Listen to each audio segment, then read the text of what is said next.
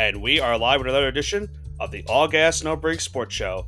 I am one of your co-hosts, Nicholas Pavona, joined alongside once again by my co-host Andrew Johnson, as we are now down to the final four teams in this year's MLB postseason. The divisional series are now both done for the American League and the National League, and now as we mentioned, down to four teams left in this season.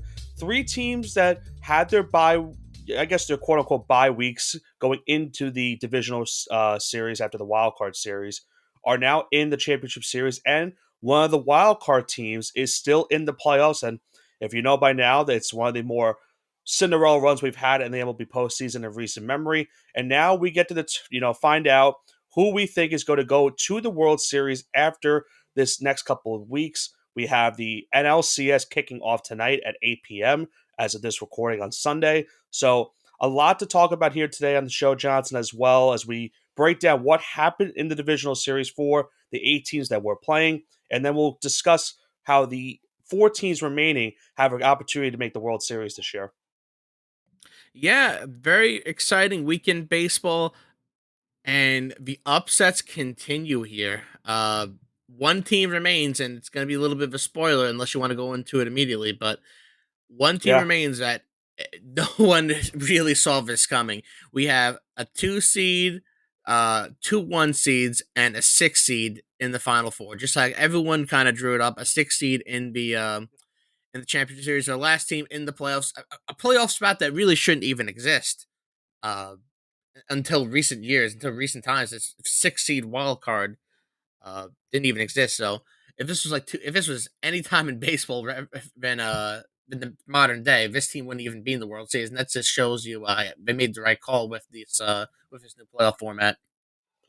Well, it's really come down to, as well for these playoffs, having that momentum going into the last couple weeks, and the team in particular, which we'll get into now, that's the New York Mets. And they've had an unbelievable run since, we talked about it a couple weeks ago, since the month of May, where, everything started kicking. They were 11 games under 500. It looked like the season was done. They were going to be selling at the trade deadline, and they really got their season back into fruition and have now they put themselves in a position in the final week of the MLB regular season to get into the playoffs. They had that unbelievable game with the Braves and that doubleheader on the final day of the season where they won game one thanks to Lindor hitting the go-ahead home run in the ninth inning.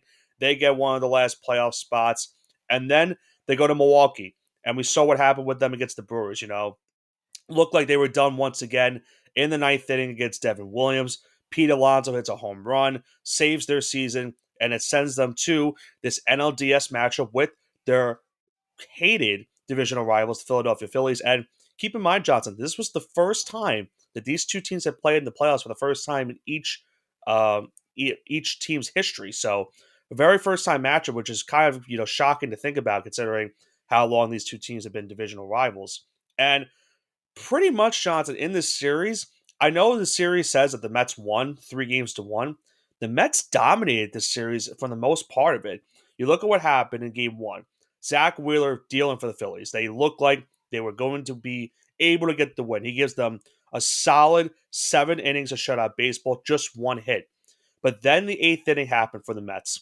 The Phillies bring in their bullpen. They're hoping that they can shut down the door, get the final 6 outs of the game, get the game 1 victory. Mets rally for 5 runs in that 8th inning. They hold on for a 6-2 win. Then you go into the next day on Sunday. Probably one of the better postseason games we've had in recent memory, this game. And that rivals the game that the Mets had with the Brewers, just pretty much a couple days before this. You had the Mets jump out early to a 2-0 lead. Then they were up 3-0 going into the bottom of the 6th. Bryce Harper and Castellanos go back-to-back to tie the game at 3. Mets regain the lead in the 7th, but then Bryson Scott hits a 2-run double in the 8th inning. They attack for another run, 2-run triple, They take the lead. The Phillies would add another run. They go into the ninth up 2. Mark Vientos ties the game with a home run, but then in the bottom of the ninth inning, the Phillies would walk it off from Castellanos' RBI single. They win game 2, 7-6. So the series now shifts to Citi Field with the Mets and Phillies tied at 1 game apiece. And this is where the Mets pretty much dominate the rest of the way. Sean Manaea deals in game number 3, outduels Aaron Nola. Nola pretty much got roughed up by the Mets in this start. The Mets win that game 7-2. and put themselves in a position to end this series early without having to go back to Philadelphia. And that was indeed the case the very next night in Citi Field. We saw great pitching performances from both stars in this game, Ranger Suarez and Jose Quintana. Shutout game going in to the fourth inning. The Phillies got the first run in that fourth, but as we know and what we've seen so far from the season, Johnson, the Mets just continue not to die and they just continue to keep these rallies going. Francisco Lindor, the MVP for this team. A lot of people's pick to win MVP, even though Otani's in the National League. Grand slam in the bottom of the sixth inning gives the Mets a 4-1 lead. Their bullpen does the rest in this game, and the Mets win this series in 4 games. They win game 4 by the final of 4-1. They now move on to the National League Championship Series for the first time since 2015 when they went to the World Series. So the Mets are now 4 wins away from continuing this magical run and going to a trip to the Fall Classic. Yeah, you kind of touched on Lindor there, and I don't want to take anything away from him because he's monumental getting him here in the postseason, especially in the series against Milwaukee. But I think the true hero of this series against Philly is Pete Alonso. Pete Yeah, another Alonso good year. batting 308 with 4 hits, 2 home runs, and 3 RBIs, 3 runs scored in 4 games against the Phillies. He Yeah. had 13 at bats. He got up there. He had 4 hits, 2 of them were home runs. Uh, it just clutch moment after clutch moment when it says, "Hey, it's Pete's not made for this. We don't want him as a Met anymore." And he keeps on bringing more and more to the table each and every single time, which is crazy when you think about it. Just when you think this guy is done as a Met 2 weeks ago, here he is now. He's playing some of the best baseball of his career. He's stepping up in the postseason. And after having a lackluster, I don't want to say lackluster, but a mediocre regular season, that was it. He's completely turned it around. And we'll talk about Mark Vientos as well. Do you know what Mark Vientos did in this NLDS? And it's gonna be overshadowed by that heinous error he made. I think it was in game 2. Was this was that the play at third base where the infield was Yes, in? That one, I don't know if I like. It's not a great play. it's heinous though. I understand what happened. Like you're trying to get the ball to home plate, and you kind of like you're looking at the runner going from third instead of looking at the ball, which I guess in that sense is heinous because you're supposed to obviously make sure you have the ball You gotta first track it. before you gotta track it before you even throw it. So I guess that happened. And keep in mind that also happened another and game 4 as well. That's how the Phillies got their lone run in that game. But Vientos had an unbelievable series. What as you Yeah, mentioned, I you know mean, his a lot stats I of good have in front hits. of me. He went 9 for 16 at bats, so he hit 563, 2 home runs, 5 RBIs. That's unheard of. I remember he wasn't originally the guy to be at third base. It was supposed to be Brett Beatty for the Mets, and Vientos pretty much overtook that role. Keep in mind, Vientos did not start the season on the major league roster for the Mets. He He got didn't. called He was a up call up. pretty much at that same time when the Mets started to pick up their rally in this season, and he's been unbelievable. He's now assured himself to be the cornerstone at third base for this team for the next 5 to 10 years potentially for this franchise. And the Dodgers are going to face this team is going to be very sneaky dangerous. And spoiler alert, I already spoiled Dodgers Yeah. won. Sorry about that, guys. But Mark Vientos is the 2024 postseason hits leader with 12. Yeah, he's been unbelievable. Tatis and Arias are 3 and 4. They're eliminated. You had Castellanos, who had 7. He's eliminated. Then you had Lindor and Nimmo at 6 and 7. So if you take away the guys that have been eliminated, the Mets have the current 1, 3, and 4 hitters this postseason, with I Jose Iglesias right behind them too.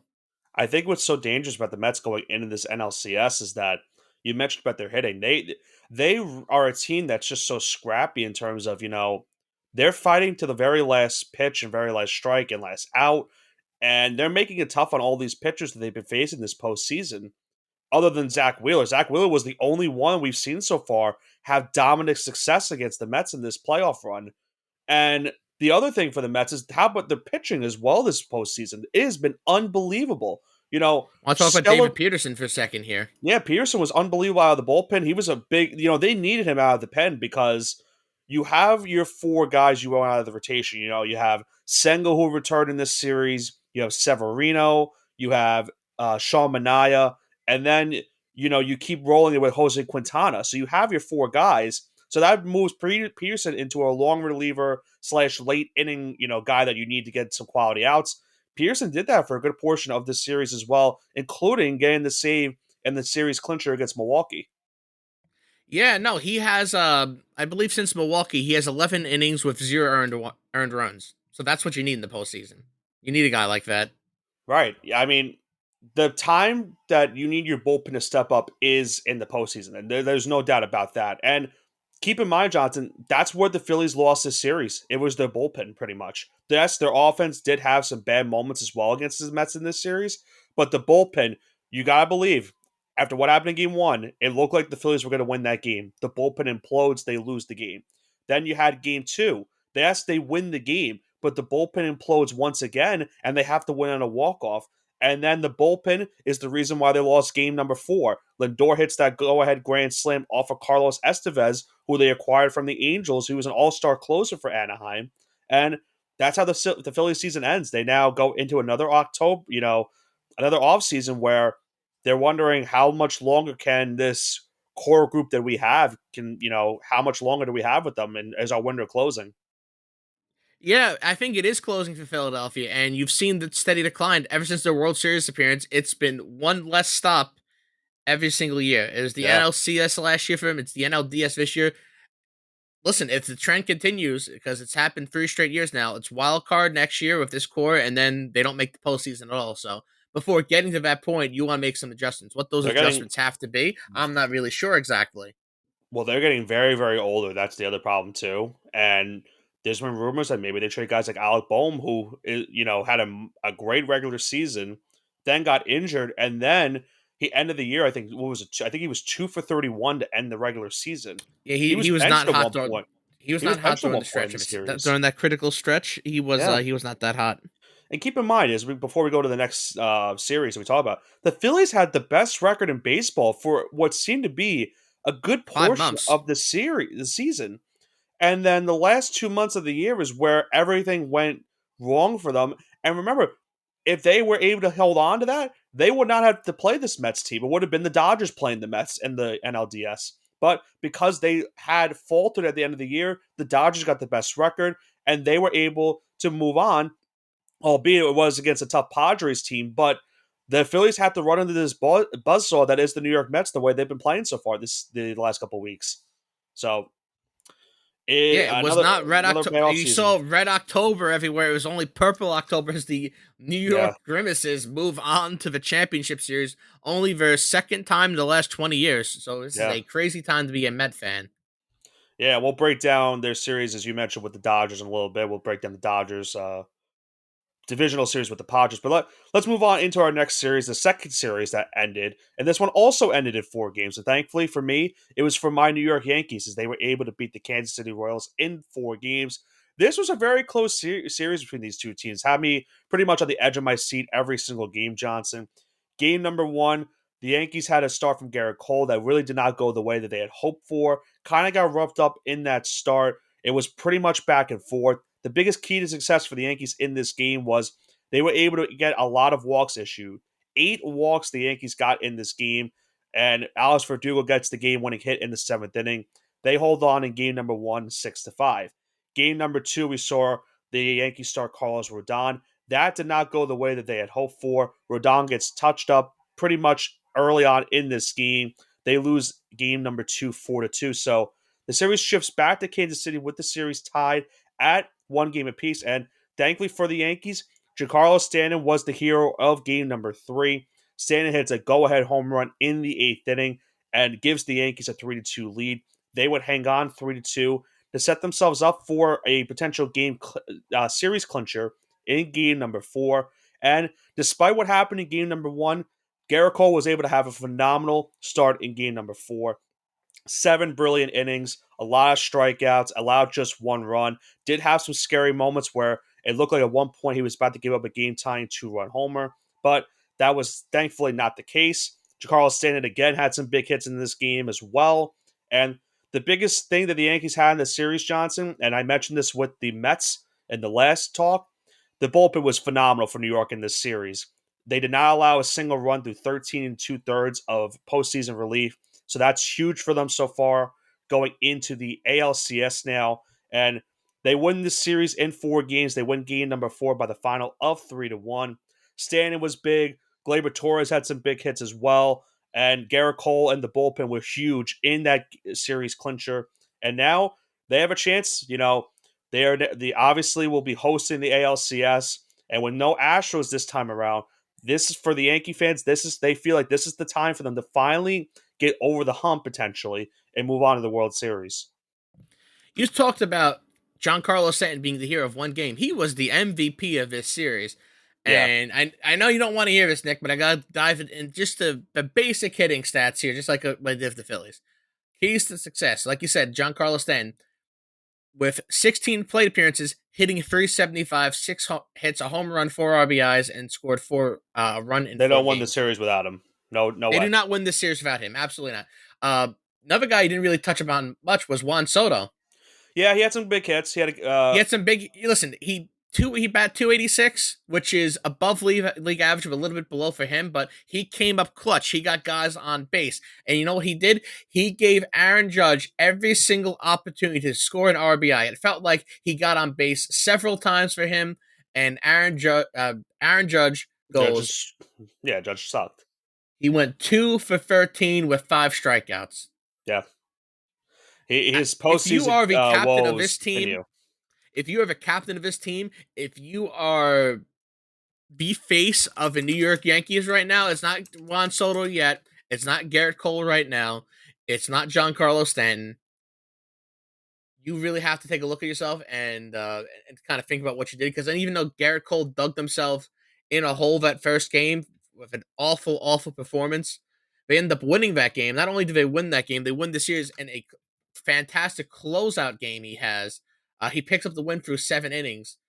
Giancarlo hasn't had that redeeming moment yet. And it seems like during the regular season, Stanton sucks and Judge is this MVP all world player. And then they do a handshake and they switch They swept. bodies Yeah, during the it's. postseason.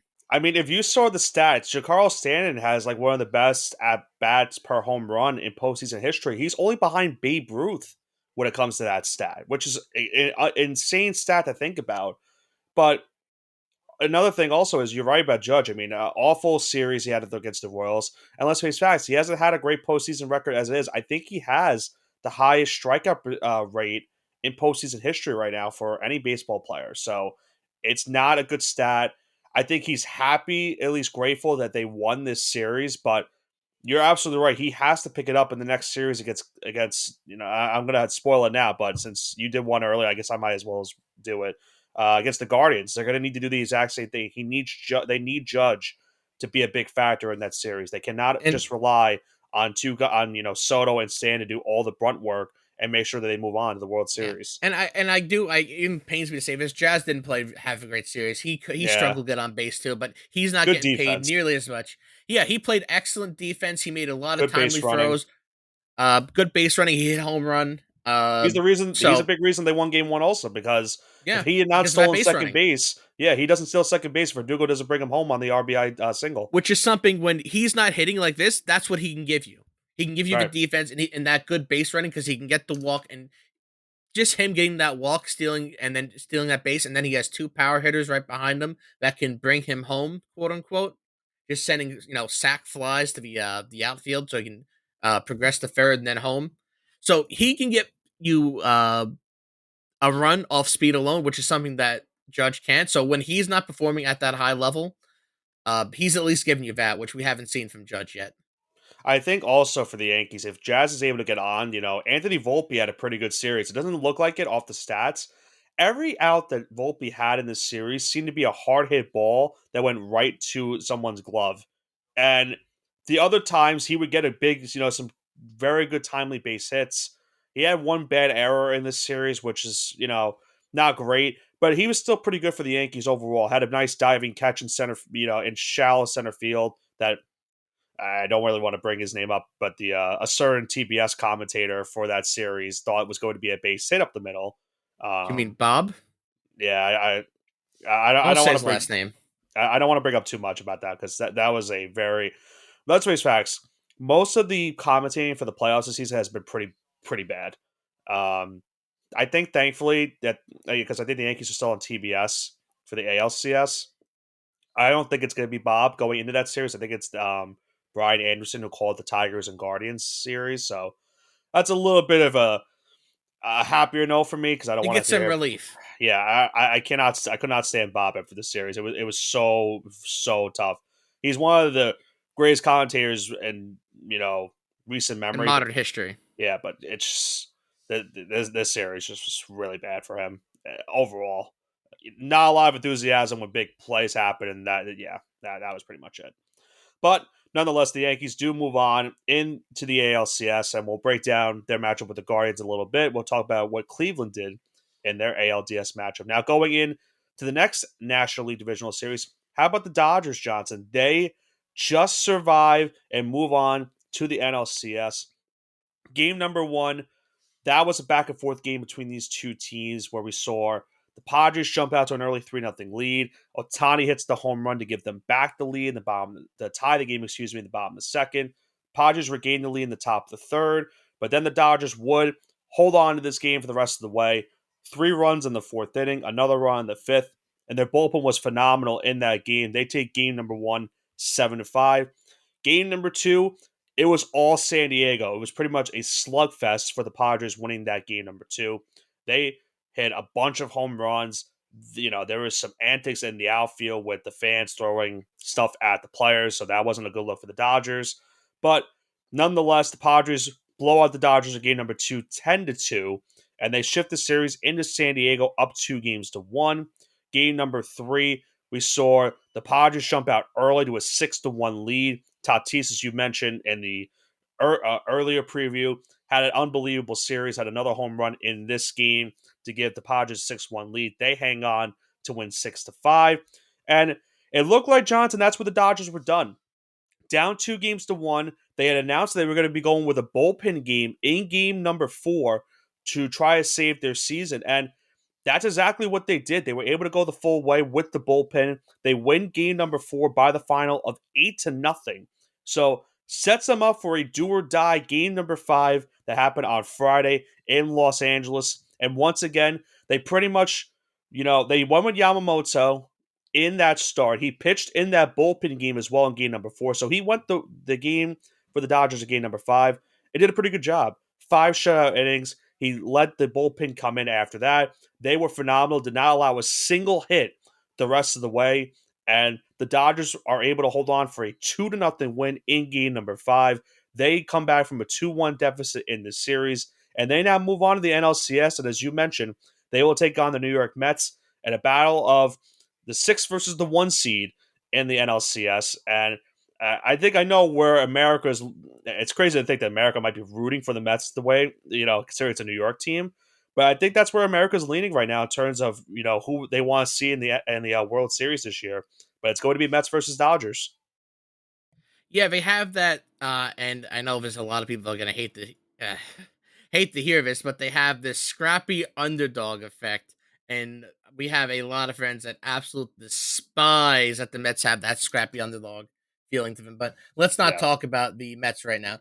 I feel very bad for the Padres right now. They lost Musgrove at the beginning of the postseason, which wasn't gonna be great.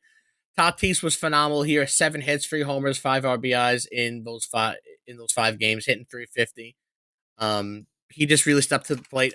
Otani seemed mortal, only hitting 200. Machado wasn't Machado this series. You saw the frustration. You saw the jawing back and forth. It was a real. It was heated. It was very heated. Felt like a real blood feud. That's why I asked you that Michael question. King, by the way, Michael King completely blew it for the Dodgers this series. By the way, he had such a phenomenal season, and he had a great start to the postseason. He was leading them in strikeouts going into this game, and in that game against the Dodgers, he got blown up. There's not real much to say. He gave up 5 runs through 5 innings, pretty much. It was not pretty, to say the least. Yeah, I think what I don't know where they go from here now either because this was the season that everything was supposed to go right. They went all in at the deadline. They got Arias earlier on in the season. They went and got all these guys in the bullpen. Jason Adam, Tanner Scott, and I think I don't know exactly what went wrong for them the final two games. I mean, getting shut out in back to back games after how they started this series as well. Putting up 10 runs in game number two, they put up five in game one. They won game three 6-5. They were putting up a bunch of runs to start this series, Yeah, and they were hot. they couldn't touch the Dodgers bullpen the entire season.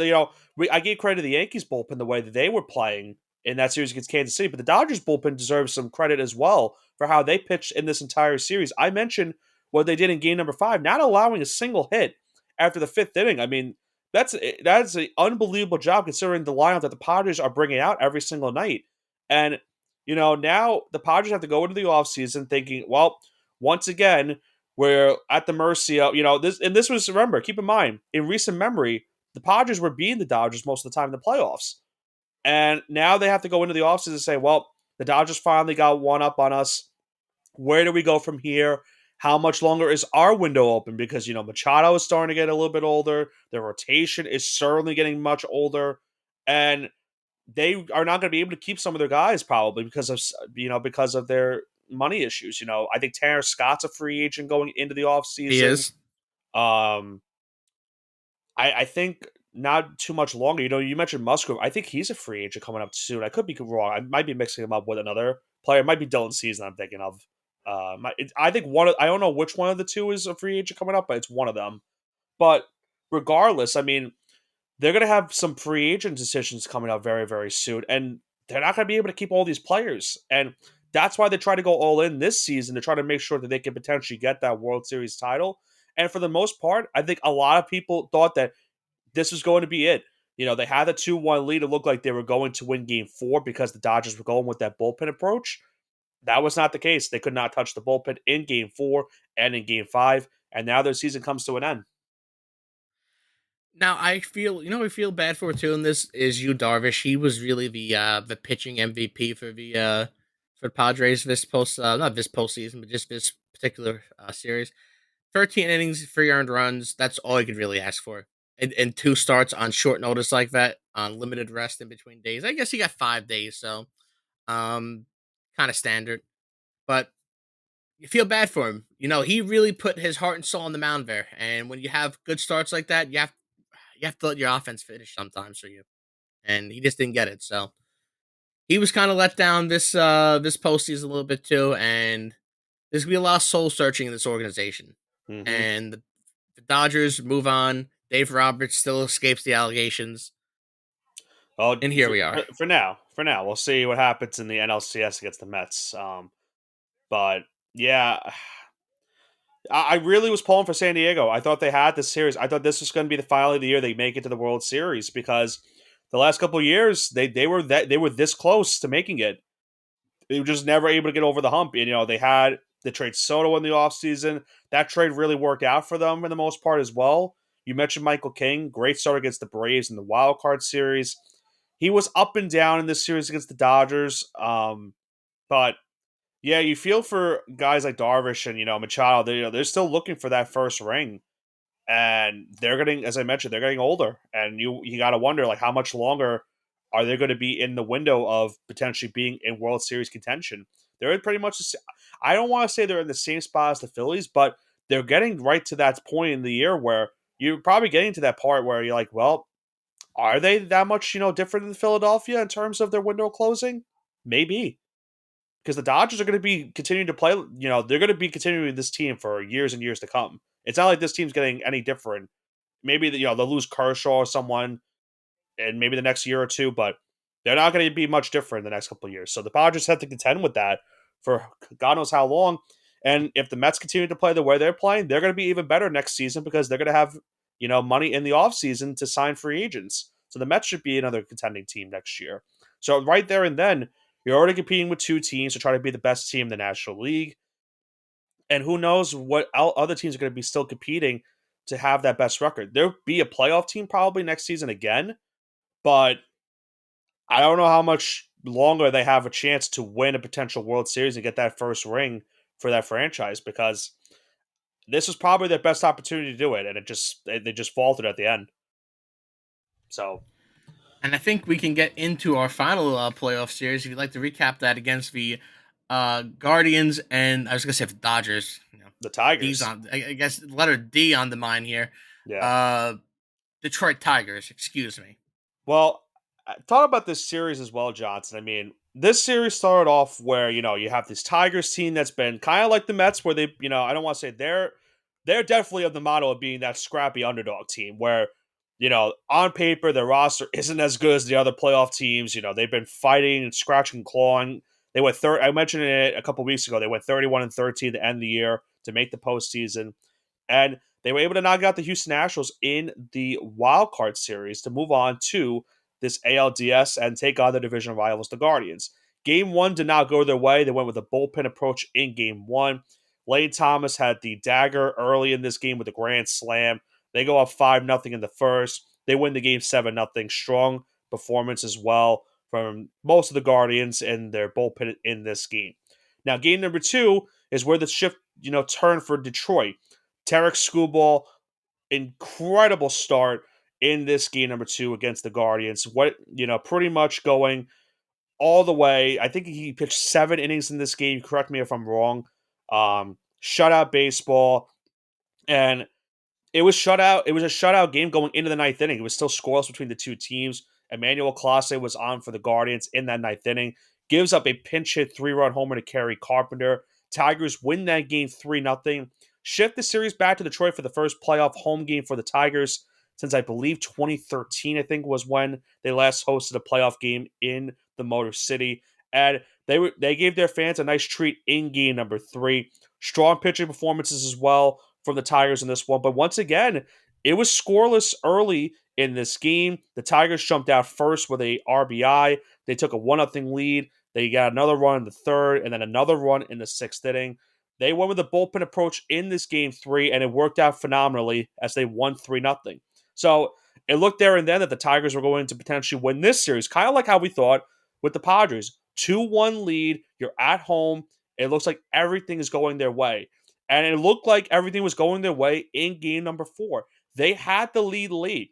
They were up 4-3 going in, or excuse me, they were up 3-2 going into the top of the seventh inning. They were a couple of outs away from moving on to the ALCS, but David Fry comes in, pinch hit 2-run homer, gives the Guardians the lead. He gets another RBI in the ninth inning on a suicide squeeze, and the Guardians hang on to win game four 5-4.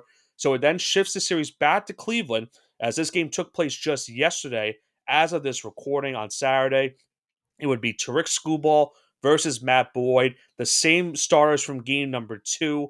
And early on, it looked like we were going to have another pitcher's duel. It was shut out through 4 innings between the two teams. The Tigers jumped out first on a Kerry Carpenter RBI double. They went up 1-0 going in to the bottom of the fifth. But Johnson, this is where the series shifted for Cleveland. They tied the game on a RBI hit by a pitch for Jose Ramirez. Tied at 1-1.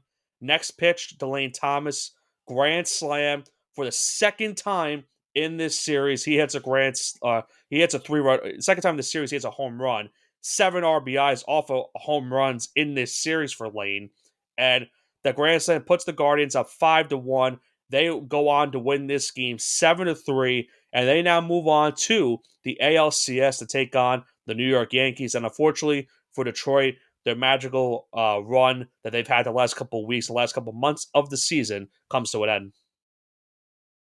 Yeah, Detroit was one of the hottest teams in baseball, and by hottest team in baseball, I mean they didn't really deserve to be here in the first place. I said that multiple times, and they finally got their just desserts. I guess I don't really have a axe to grind for Detroit. Just what that they Well, got I their think game. They got here by beating up on the White Sox. It's pretty simple to say that. There's no shame in it. They don't make their schedule, but they got here by beating up on the White Sox, and the Guardians kind of proved that in Game 5 here.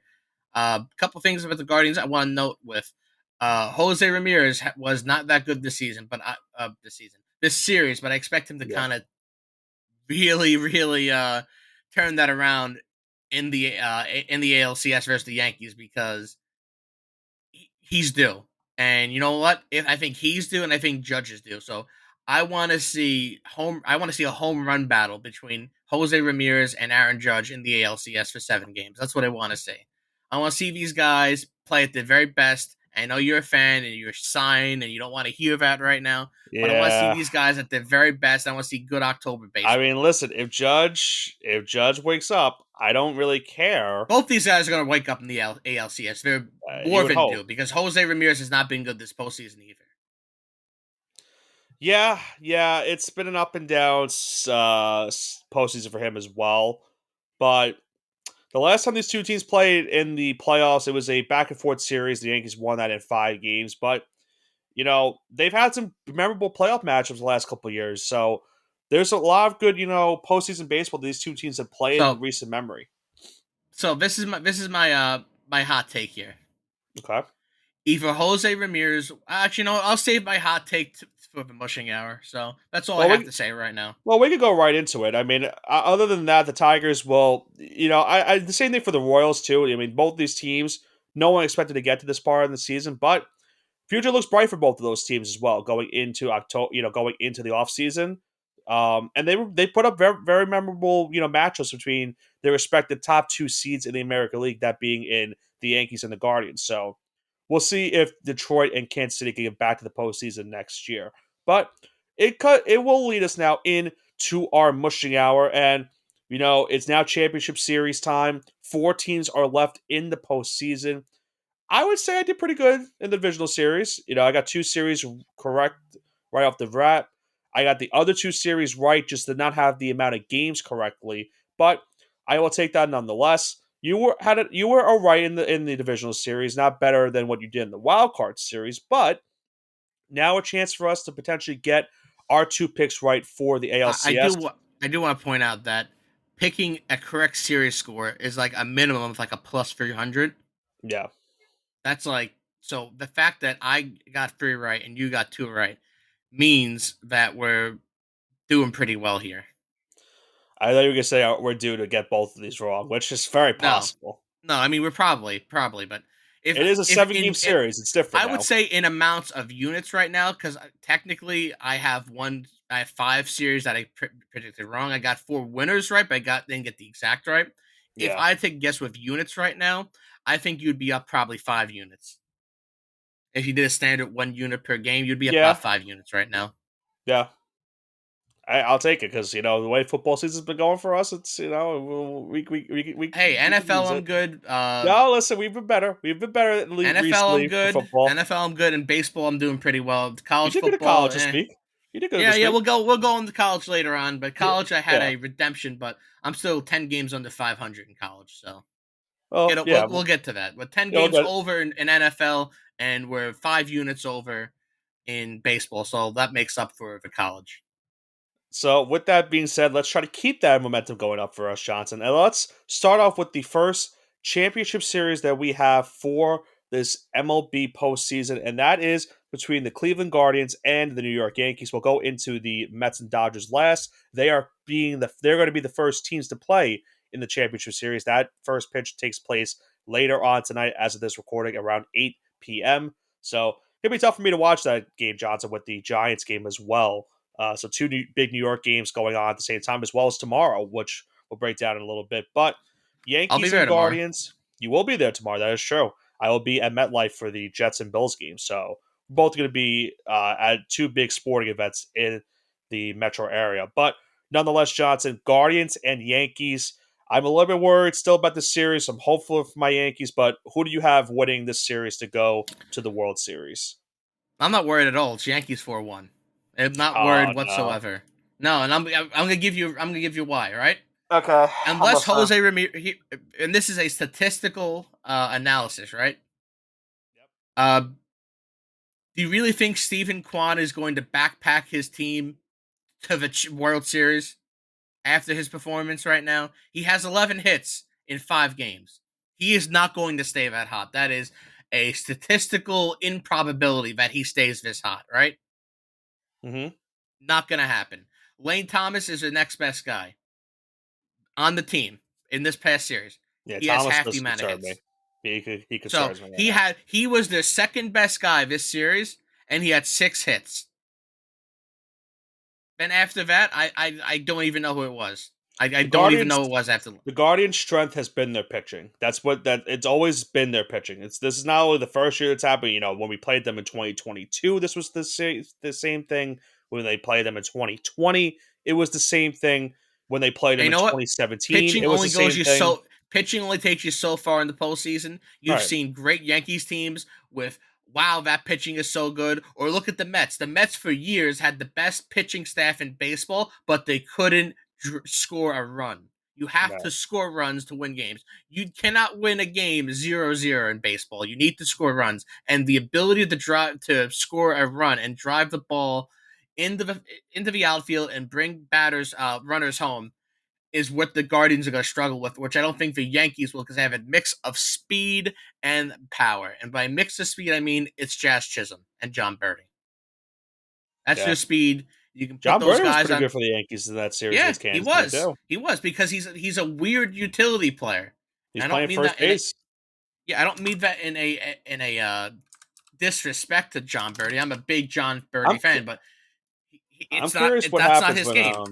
I'm curious what happens when Rizzo comes back. What do they do with Birdie and Cabrera? Like, do they play Rizzo back? I'm gonna assume they play Rizzo back at first base once he's fully Hey, healthy. John But Birdie in his 2 games, he had 2 hits yeah, and he he had a got nice on base and he he had a got a big double walk play too. ball. Yeah, he had a big double play ball as well in Game 4, which is He's what good. led to I like that. John Birdie. It led to He that doesn't really strike out. You have to work he to catches really clear get him brawl. out. Well, He's not not brawl, but swinging at everything. So if he does get out eventually, it's not gonna be like, oh yeah, it's a line out and that's it. No, you're gonna pitch 7, 8 times to John Birdie, and that's the kind of guy you want your postseason. Go around the order twice because yeah. he could be responsible for a pitcher throwing 20 There's pitches a at. there's a reason I'm laughing, Johnson. As I mentioned that we're recording this on Sunday, so right now the London game is going on. Your favorite quarterback, Mac Jones, is currently in for the Jaguars right now. Let's go, Mac guy. I'm a firm believer in Mac Jones, I and know I you hope he are. gets it done. All right, so now going back to baseball. Now, I had mentioned at the beginning of the playoffs that we know what two teams I want to be in the World Series. We know exactly who I want. But I picked the opposite teams for mushing purposes. I picked the Guardians and the Dodgers to make it to the World Series. And as of now, those two teams are still in the mix. But the two teams that I want to be in the World Series are also still in the mix. So this is where I draw my dilemma, Johnson. Do I pick the teams that I want to win and risk the factor of him going complete mushing, or do I just stick with the original pick that I had going into the wild card series? That's where my dilemma has been, but unfortunately, I hate myself that I'm gonna be doing it. I'm gonna pick the Yankees in 6. I'm gonna go Yankees 4-2. I'm gonna be changing my World Series pick, but I just cannot.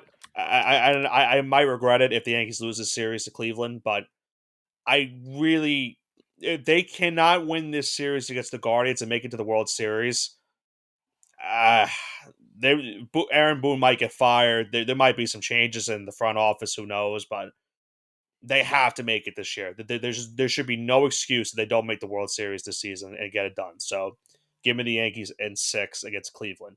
Now, going into the game that we have first pitch tonight, the New York Mets and the Los Angeles Dodgers. Who do you have in that series?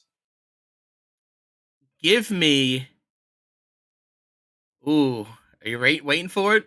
Are we going for a Subway Series or Yankees Dodgers? What do you got? There it is. Meet the Mets, meet the Mets.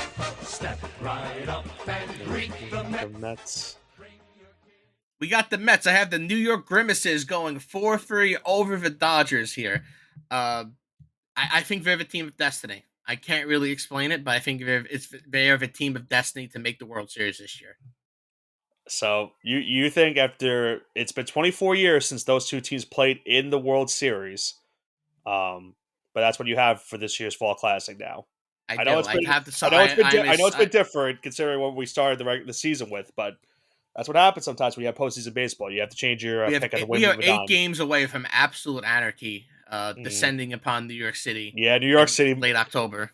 New York City might be in for a whirlwind. We mentioned this a couple. We mentioned this on the wild card. If these two teams were to play in the World Series, not only is it for the World Series, but it's also to keep Juan Soto either in pinstripes or bring him to Queens. So And I will say there's a lot to go on the line. it's going to be a very ugly first weekend because not only is it the World Series that weekend, it is my brother's wedding. So if it's a Mets Yankees World Series and Game 2 is occurring at his reception, I can only imagine what's going to be going on there. That's going to I be very interesting. Funny enough, I'm gonna be so I have a wedding next Friday. Game four of the Yankees and Guardians is next Friday at the That's same not as time as the big, but it's still reception. going to be Not as people are big, going to be watching. People are going not to be as watching big, it. but I will have to be. I'm gonna have to my best way, case scenario. I'm gonna have to try my best to keep aware of what the score is going to be for that game. So we'll see how that goes. Maybe, hopefully for me, that is the Yankees maybe go into that series up 3 games to nothing, and they clinch that night, so I don't have to worry as much. But I'm not going to be too optimistic just yet. I'm just going to hope that they have at least a series lead going into Game Four. Now, going into this series, I have already stated that what two teams I want to be in the World Series. Now, Johnson, you're going to have to help me with this. I mean, there's a certain team that you just brought up, and they they've been running wild with a certain McDonald's mascot, and they've had an unbelievable season. I think I And can help you out. Does it happen to be this team? Meet the Mets. Meet I the think it Mets. is. Step You right know, up someone once said it's not about the money, Spider Man. It's about the Mets, baby. Let's go, Mets. Hit a home run. Let's go, Mets. I will have the New York Mets winning this series in 6 games. I think they get it done at home in Queens. Both of these teams win it in 6, and we have. This could go really poorly. It might be a Dodgers Guardians World Series considering we both picked the Yankees and Mets. But I will have a Subway Series as well. I think we're just destined to have it at this rate. The Mets are running wild right now in terms of how magical their season has been, and the Yankees, as I mentioned, this has to be the year you get to the World Series because there should be no excuses at this rate. So I agree with you. I think we will have a Subway Series Fall Classic for the first time since 2000, 24 years anniversary.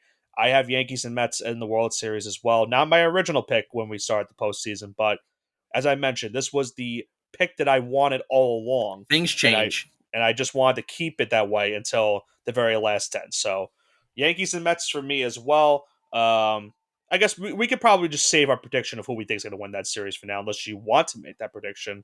I'm going to keep mine. Going to keep mine waiting until we actually have the final two teams for the Fall Classic. It's up to you. Oh man, I have my pick for the World Series over here. If you want, go Um, for it.